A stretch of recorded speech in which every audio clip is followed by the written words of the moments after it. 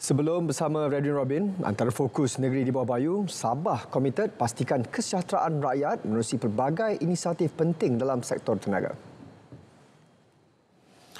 Ya sahih, Kerajaan Negeri komited memastikan kesejahteraan rakyat menerusi pelbagai inisiatif penting dalam sektor tenaga, termasuk pelancaran label keselamatan ECOS SIRIM terkini oleh Suruhanjaya Tenaga Sabah ECOS.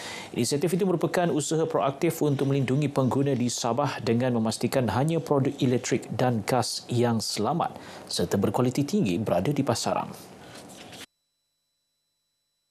Ketua Menteri Datuk Seri Panglima Haji Ji Noor berkata, Sabah turut menjalin kerjasama strategik dengan Sarawak bagi memastikan standard keselamatan yang tinggi bagi peralatan elektrik dan gas. Beliau berucap dalam Majlis Pertukaran MOU antara ECOS dan Kementerian Utiliti dan Telekomunikasi Sarawak serta pelancaran label ECOS SIRIM dan pelancaran program TVET angkat ECOS sempena Majlis Ramah Mesra Aidilfitri ECOS di Kota Kinabalu. Sementara dalam Majlis Rumah Terbuka Aidilfitri, Perbadanan Tenaga Sabah SEC, Dato' Haji Ji turut menyaksikan penyerahan dividen sebanyak 18 juta ringgit oleh SEC kepada kerajaan negeri, sumbangan kebajikan RM500,000 kepada Yayasan Kebajikan Sabah dan bayaran zakat perniagaan RM198,536 kepada MUIS.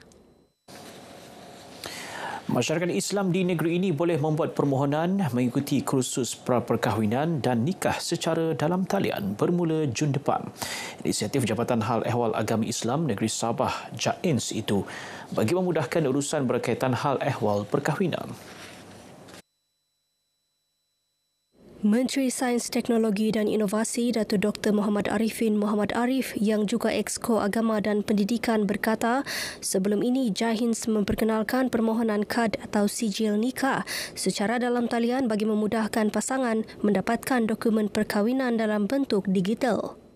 Saya juga meminta supaya banyak urusan yang dilaksanakan berhubung dengan rakyat dan masyarakat umat dilaksanakan secara digital seperti mana yang diminta oleh Yang Amat Berhormat Ketua Menteri untuk mempermudahkan segala urusan dalam urusan keagamaan dan urusan rakyat. Juga saya meminta supaya dilaksanakan kursus perkahwinan ini di daerah-daerah secara lebih banyak lagi. Beliau ditemui media selepas merasmikan seminar kesejahteraan belia madani, mental, fizikal dan rohani serta kursus perdana pra-perkahwinan Islam anjuran JAINS di Kota Kinabalu. Dalam pada itu, Datuk Muhammad Arifin turut mencadangkan agar majlis perkahwinan perdana turut diperkenal di Sabah seperti yang dilaksana di negeri lain. Badan Bukan Kerajaan NGO atau individu yang berhasrat menindikkan kemudahan untuk masyarakat Islam disaran merujuk Jabatan Hal Ehwal Agama Islam Negeri Sabah, JAINS. Ia penting untuk keselamatan serta mematuhi peraturan yang ditetapkan JAINS dan agensi kerajaan berkaitan. Kalau ada keinginan untuk membina apapun premis ibadah, sama ada sekolah, tahfiz ataupun masjid, surau, hendaklah melalui Jabatan Hal Ehwal Agama Islam Negeri Sabah untuk kita clarify sama ada tempat itu sesuai ataupun tidak, sama ada tempat itu sesuai dengan keadaan masyarakat ataupun tidak. Dato' Jumain ditemui RTM sempena majlis perasmian Masjid Al-Mu'min dan Raya Sekampung di Kampung Tontolop, Liwan. Dulu kita punya masjid hanyalah berbentuk pada kayu saja.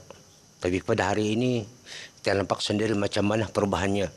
Jadi semua orang kampung amat bersyukur dan berterima kasih kerana mendapat bangunan yang seindah macam beginilah. Cukup bersyukurlah dan mudah-mudahan sahabat-sahabat rakan-rakan saudara mara yang berada di sini, insyaAllah kita guna pakai sebaik mungkin masjid yang telah dianugerahkan untuk kita di sinilah. Sebanyak 8,800 anak pokok liposu atau rambai hutan ditanam serentak oleh 88 sekolah di seluruh daerah Tuaran. Kejayaan itu direkodkan dalam Malaysia Book of Records MBOR melalui kerjasama Pejabat Pendidikan Daerah Tuaran dan Jabatan Alam Sekitar Sabah. Timbalan Menteri Sumber Asli dan Kelestarian Alam Datuk Seri Huang Tiong Si berkata program penanaman pokok merupakan sebahagian daripada sokongan dalam kempen penanaman 100 juta pokok 2021-2025 yang menjadi antara usaha kerajaan memperkasa agenda kelestarian. Katanya kerajaan komited dalam melindungi alam sekitar berterusan melalui Belanjawan 2025 dengan memperuntukkan 3.2 bilion ringgit bagi pembangunan sektor alam sekitar. Beliau berucap merasmikan sambutan Hari Bumi Tuaran di Pusat Co-Kurikulum Sabah Kem Malangang Kiulu. Dalam pada itu, Ahli Parlimen Tuaran Datuk Seri Panglima Wilfred Madius Tangau yang juga pengerusi pelaksana sambutan Hari Bumi Tuaran tahun 2025 berkata, inisiatif yang dianjurkan buat kali kedua ini berjaya menanam lebih 61,000 pokok. Ia sekaligus mampu membantu mengurangkan hakisan tanah di tebing sungai sekitar Tuaran. Selagi ada banjir di Tuaran, selagi itulah kita mau tanam pokok. Terutama sekali di tebing-tebing sungai. Dan bulan September ini sasaran kita selain daripada kawasan Tagal, sasaran kita adalah di kawasan Tenggilan. Sebab Tenggilan ini kalau 2 jam memang membanjir. Dan begitu juga di kawasan Tepokon dan Sungai Damit. Operasi mencari dan menyelamat SAR hari ketiga seorang kanak-kanak lelaki 5 tahun di Tamparuli diteruskan di Jambatan Low Level Tamparuli. Kanak-kanak dikenali Muhammad Anik Faiz, Muhammad Ashraf dilaporkan hilang pukul 1 tengah hari Ahad lalu.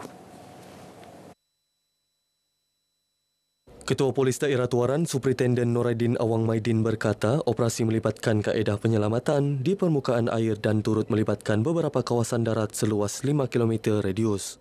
Perancangan kita seterusnya pada hari ini ialah kita akan meneruskan pencarian bermula daripada jambatan low level ini terus ke muara sungai. Dan kita berharap kita akan dapat bertemu dengan mangsalah. Operasi pencarian diteruskan sehingga kanak-kanak yang hilang tersebut berjaya dijumpai. Dalam pada itu, Ahli Parlimen Tuaran Datuk Seri Panglima Wilfred Madius Tangau berkata pejabat Parlimen Tuaran akan membantu menyediakan keperluan yang diperlukan pasukan penyelamat. Jadi peranan Pusat Khidmat Parlimen seperti biasa kita bekerjasama dan kita akan membekalkan makanan kepada semua anggota yang terlibat dalam mencari. Ilmu agama penting bagi membina komuniti yang mempunyai asas kukuh dalam menghadapi cabaran kehidupan. Penganjuran program motivasi dan keagamaan mampu menerapkan ilmu agama seterusnya memberi impak positif kepada masyarakat. Ilmu agama rohani itu sangat penting dalam kita membina satu komuniti yang kukuh dan mempunyai asas yang baik dalam menempuhi kehidupan dan insya-Allah menjadi seorang masyarakat, menjadi masyarakat yang mampu memberi imbalan positif kepada masyarakat sekeliling. Beliau berkata demikian sempena program ceramah motivasi raya kukusan di kediamannya di Tawau. Program diisi dengan ceramah bertajuk Istiqomah Hadiah Terindah Selepas Ramadan bersama aktivis dakwah Ustazah Marhamah Rosli. Apa yang Datuk usahakan pada malam ini, kita bukan saja untuk beraya bersama, berukhuwah, tapi kita mengisi hati dan rohani kita agar kita tetap kuat menjalani kehidupan dan apapun ujian yang ada di dunia ini. Turut diadakan Majlis Hari Raya bersama para wanita, Badan Bukan Kerajaan, kumpulan selawat dan belia sekitar kukusan. Radio Televisyen Malaysia RTM Sabah menerusi Seksyen TV mengangkat kepelbagaian budaya Sabah menerusi teater musikal Seni Warisan Pentas Alap Bana yang akan berlangsung Sabtu ini. Persembahan teater musikal budaya yang mengangkat keunikan seni warisan Sabah itu akan diadakan di Auditorium Kompleks Jabatan Kebudayaan dan Kesenian Negara JKKN Sabah. Program berkenaan turut mendapat kerjasama JKKN Sabah. Memang kita bekerjasama erat dan memberi sepenuhnya komitmen terutamanya dalam mengangkat seni budaya, khususnya melibatkan program-program yang melibatkan penerbitatan TV dalam pelaksanaan ini dan juga akan datang pihak JKKN pasti akan menerima dengan hati yang terbuka dan juga mengalu-alukan program yang dilaksanakan oleh pihak RTM. Beliau ditemui RTM selepas menjadi tetamu dalam rancangan Kami Bah ini di studio TV RTM Kota Kinabalu. Pentas Alabana menampilkan Unduk Ngadau, Ratu Lepa dan artis popular Sabah akan menggegarkan pentas dengan gabungan muzik, tarian dan kostum mempersonakan. Orang ramai boleh dijemput hadir ke JKKN pada 26 hari bulan pada pukul 8.30 malam. Okey. Jadi dia terbuka, sesiapa saja boleh datang untuk menonton pentas Alabana ni. Teater muzik kali ini juga akan disiarkan secara langsung menerusi RTM Klik, Facebook RTM Sabah dan Sabah FM. Baik, sekian perkongsian berita dari Sabah untuk petang ini dan lebih banyak perkembangan semasa teruskan bersama dengan Sahih. Dari sungai hingga segara, Palestin pasti merdeka. Terima kasih, Radin.